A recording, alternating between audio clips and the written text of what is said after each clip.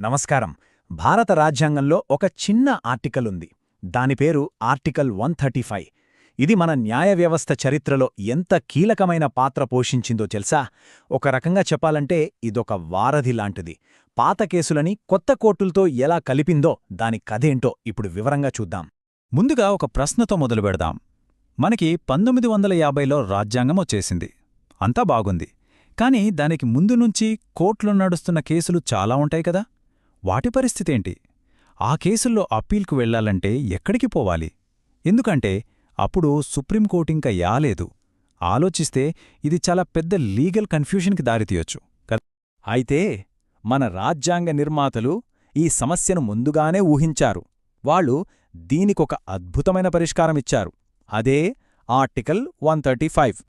ఒక్క మాటలో చెప్పాలంటే ఈ ఆర్టికల్ 135 ఒక తాళం చెవిలాంటిదన్నమాట. రాజ్యాంగానికి ముందున్న కేసుల ఫైల్ని తెరిచి వాటిని మన కొత్త సుప్రీంకోర్టు విచారించడానికి దారిచూపిన తాళం చెవి. ఎంత సింపుల్గా, ఎంత పర్ఫెక్ట్గా ఉంది కదా ఈ పోలిక. సో ఆర్టికల్ 135 ఏం చెప్తుందంటే చాలా సూటిగా ఒక విషయం చెప్తుంది.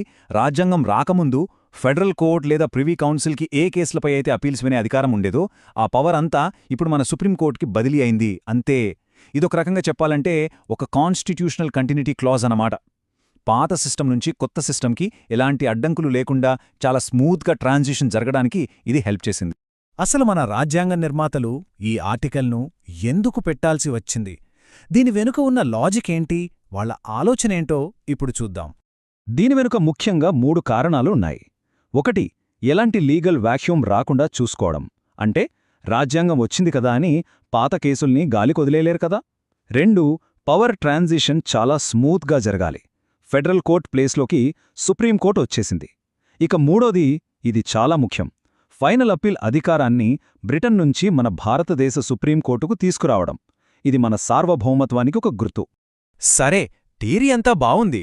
కాని ప్రాక్టికల్గా ఆచరణలో ఈ ఆర్టికల్ ఎలా పనిచేస్తుందో ఇప్పుడొకసారి చూద్దాం. అంటే ఆర్టికల్ 135 వేటికి వర్తిస్తుంది, వేటికి వర్తించదు? చాలా సింపుల్.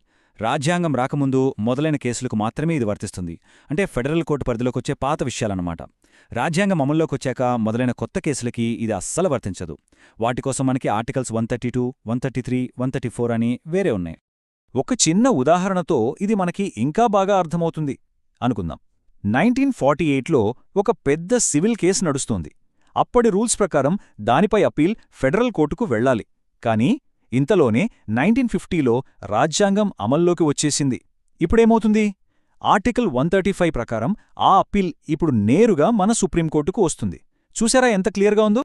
ఇక్కడే ఆర్టికల్ 135 యొక్క ప్రత్యేకత మనకు స్పష్టంగా తెలుస్తోంది. ఇది కేవలం రాజ్యాంగం రాకముందు ఉన్న కేసుల కోసం ఏర్పాటుచేసిన ఒక స్పెషల్ బ్రిడ్జ్. దీని తర్వాత వచ్చిన రాజ్యాంగ, సివిల్, క్రిమినల్ అప్పీళ్ల కోసం మనకి ఆర్టికల్స్ 132, 133, 134 ఉన్నాయి.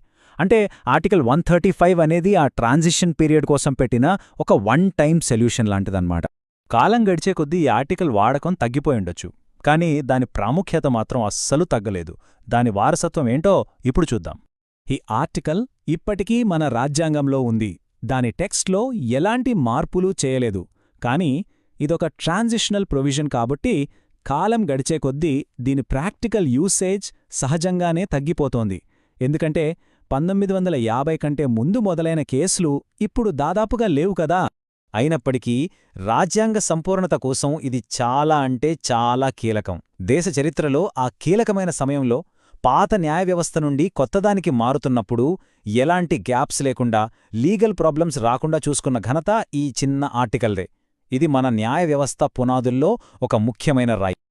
చివరగా ఒక్క మాట, ఈ వాక్యం చూడండి. ఇదే ఆర్టికల్ 135 యొక్క అసలైన ఉద్దేశం. పాతకాలం కేసులు కొత్తకాలంలో దిక్కులేకుండా పోకూడదు, అన్యాయం జరగకూడదు. అందుకే ఆ కేసులకి ఫైనల్ జస్టిస్ ఇచ్చే అధికారాన్ని సుప్రీంకోర్టు చేతిలో పెట్టిందే ఈ ఆర్టికల్ 135. మన రాజ్యాంగ నిర్మాతలు ఎంత ముందుచూపుతో ఆలోచించారో కదా, నిజంగా అద్భుతం.